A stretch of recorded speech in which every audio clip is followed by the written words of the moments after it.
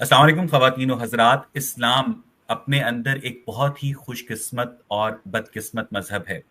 خوش قسمت اس لیے کہ اسلام کو ہمیشہ مسلمانوں کے اندر سے ایک کثیر تعداد میں محققین دستیاب رہے ہیں، اور بدقسمت اس لیے کہ ان محققین کی تحقیق کے نتیجے میں اسلام کے اندر ارتکاز میں اضافہ نہیں ہوا بلکہ انتشار میں اضافہ ہوا ہے.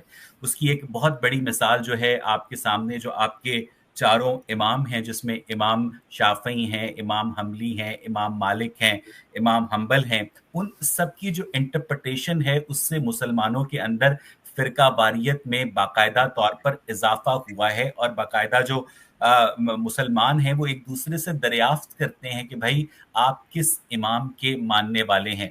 ایسے میں جو ہمارے ساتھ کینیڈا سے احمد صاحب اور ان کی اہلیہ شبنم ہمارے ساتھ موجود ہیں، وہ ایک بہت ہی اسلام کے پیراڈائم کے اندر ایک ریولوشنری تھاٹ لے کر آئے ہیں. اور میں نے ابھی شبنم سے بھی میں بات کر رہا تھا، احمد صاحب سے بھی کچھ دن پہلے آپ لوگوں نے دیکھا میرے ساتھ وہ پوڈ کاسٹ کر رہے تھے، اور بہت سارے لوگوں نے احمد صاحب کا مجھ سے نمبر بھی لیا، اور میں نے احمد صاحب سے پوچھے بغیر لوگوں کے ساتھ ان کا نمبر شیئر بھی کیا، جس کے لیے معذرت.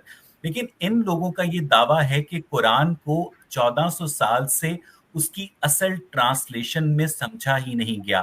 احمد صاحب نے اپنی لاسٹ پوڈ کاسٹ میں بھی اس بات کو اسرٹ کیا تھا کہ قرآن کی ابھی تک وہ ٹرانسلیشن، وہ ترجمہ جو ہے ممکن ہی نہیں ہو سکا پچھلے 1400 سال میں، جس کی وجہ سے ایک عام مسلمان کو ہدایت مل سکے. اب یہاں پر ایک بہت ہی مشکل اور بہت ہی الارمنگ سچویشن پیدا ہوتی ہے. اس کا مطلب یہ ہے کہ 632 میں پیغمبر اسلام کی وفات کے بعد آج 2025 چل رہا ہے، تو اتنے سالوں میں مسلمان جو تھے، جو کہ نان عربک تھے، جن کو عربی جن کی مادری زبان نہیں تھی، انہیں آج تک ایسی کوئی ٹرانسلیشن ہی نہیں ملی جس کو پڑھ کر اور وہ اسلام کی بنیادی تعلیمات کے اوپر عمل کر پاتے. یہ میرے کچھ سوالات ہیں جو آج میں احمد اور شبنم کے آگے رکھنا چاہ رہا ہوں. ہم ریسرچ کر رہے ہیں، ہم اپنی اسٹڈی پبلش کر رہے ہیں، آپ بھی ریسرچ کریں. ہر کوئی جو بھی ہے قرآن کے اوپر ریسرچ کرے، اپنے ذہن کو یوز کرے، سنی سنائی کے اوپر بلیو نہ کرے.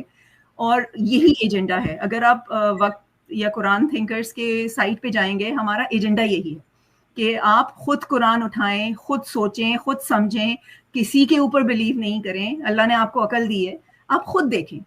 ہم جو بھی کر رہے ہوتے ہیں، چاہے قرآن فہمی کلاسز ہیں، چاہے ہماری ایپ ہے، چاہے ویب سائٹ ہے، چاہے آرٹیکلز ہیں، چاہے ورک شاپ ہیں، دا ہول آئیڈیا از کہ جو کچھ ہمیں پتہ چلا ہے وہ ہم بتا دیں، اور آپ کو موقع دیں کہ آپ بھی شیئر کریں، آپ بھی ریسرچ کریں، اور آپ بھی ہمیں بتائیں.